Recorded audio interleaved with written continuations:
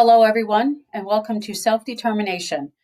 There are 4 modules within this sequence, all equaling about 10 minutes apiece, which should give you at least 1 hour of training. So again, there's 4 modules, and all 4 modules need to be completed for you to get the 1 hour of either Act 48 training hours or 1 hour of training hours. If you have any questions, my email is right on the slide. You are more than welcome to email me with any questions regarding the training hours. So let's get started with self-determination. What is the purpose of public education? Public education is going to prepare our students for adult life by either attending to their intellectual and developmental needs and challenges and challenging them to achieve at their highest level possible. Again, public education, we need to prepare our students for adult life. We want them to be independent as possible. So we need to teach them a number of skills. And a lot of those skills are, of course, their academics, their reading, their writing, their math. But we also need to focus on those more functional skills. And self-determination encompasses a lot of components. So here's a nice little slide. If you don't know where you're going, you'll end up someplace else. Again, we need to focus on where do we want to be? Where do we want to go? What is my goal for adult life? We need to start setting those goals. We need to be self-determined to say, this is what I want out of life. Now set the steps. How am I going to get there? And those are very important self-determination skills, especially when we're talking about transition. We always need to keep our eye on the ball. Where are we going after high school?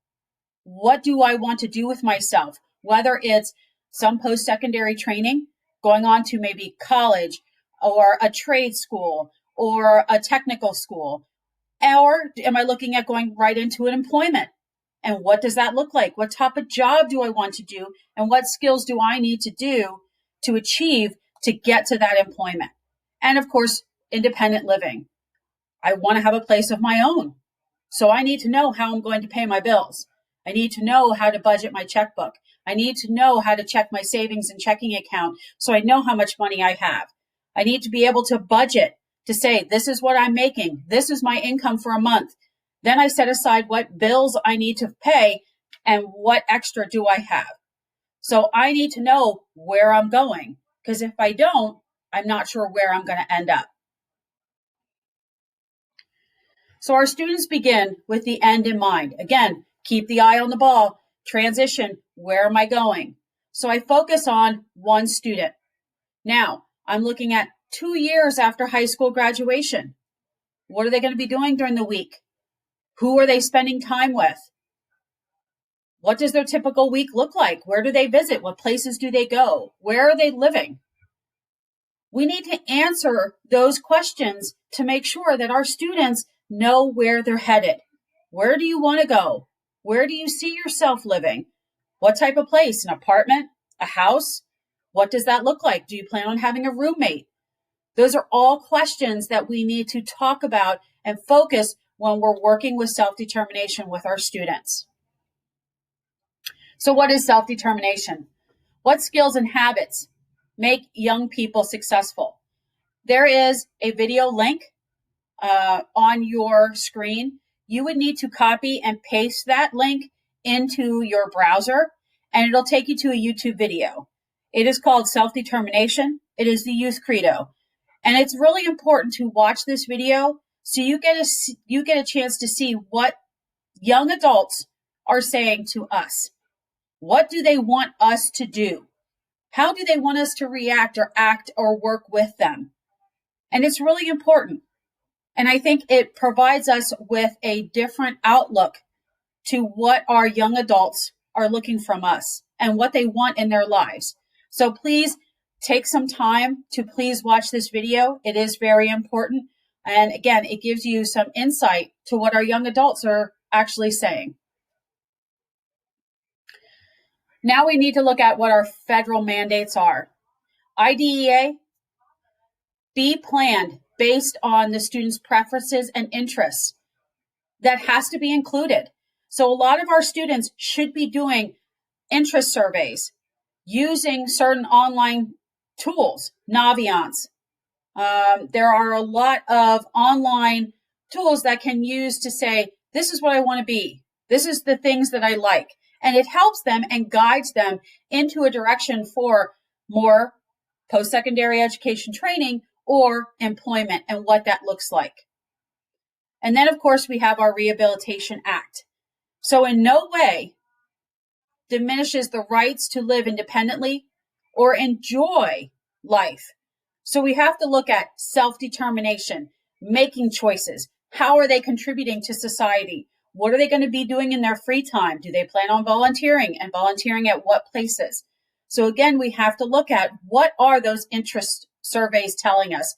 What are our students telling us based upon their levels of interest? What do they like to do? What do they want to do? How do they want to spend their free time? So here you can see the components of self-determination. There are quite a few of them. We are not going to be focusing on every single one of these, but I will touch upon some of them as we move through the modules. But all of these are very, very important. Having choices. We all have choices and have to make a choice. I need to have all the information before I can have any type of decision making. Problem solving is huge and is very high level order thinking skill. When I look at a problem, I need to evaluate it. I need to break it down. And all too many times our students lack the impulse control to say, well, I need to take a step back here. Let me think about this before I say, before I act. All too many times our students are very reactive and they're very impulsive. So slowing themselves down and having a problem solving chart helps. Goal setting, action planning, self-evaluation. I set a goal. These are the steps I need to achieve that goal. And then I evaluate myself. Did I do every step correctly? Did I get to the goal that I wanted? Self-regulation. That is something that, again, is very huge for our kiddos. How do I self-regulate? Do I even understand when I'm starting to get frustrated or getting overwhelmed or getting anxious? What do those steps look like? What am I saying? What am I doing? Self-advocacy, again, is huge. They need to be able to self-advocate. All too many times, our students are so reliant on staff to prompt them, to give them the advice that they need. They need to be able to self-advocate. They also need to understand and be very self-aware of themselves, what their disability is, and what their strengths and weaknesses are. That is huge. And all too many times people think, weakness. I don't want to show my weakness. We all have weaknesses, and it's okay to have a weakness. And we have to understand that and be able to advocate when we need assistance. And self-advocacy, again, very important. All of these pieces under self-determination work together in some way. So we need to build upon a strong foundation. The more skills a student has, the more post-school options there are. And of course, these are all the areas we need to focus on. Of course, reading, writing, and math problem solving. These are all the areas that we talk about when we're looking at our present levels of education within an IEP. And we need to address all of these areas. There has to be something within the IEP to address all of these areas. If there are no issues with fine or gross motor, then we have to have a statement stating that there are no issues in gross motor skills. There are no issues in fine motor skills. But we need to make sure that every area is addressed within the IEP, whether it is an actual area of need or if it's an area of a strength, we still have to address it some way in the IEP. Now we're going to move into those transition skills and self-determination. We also look at employability, independent living, travel, job specific. But you can see when looking at all those underlying skills, how self-determination is a huge umbrella. We are looking at, how do I set the goal? What goal do I want to have for my life? Then I have to evaluate, did I meet that goal? And if I didn't, why didn't I get there? What do I have to change to hopefully get and meet that goal? So I can make informed decisions.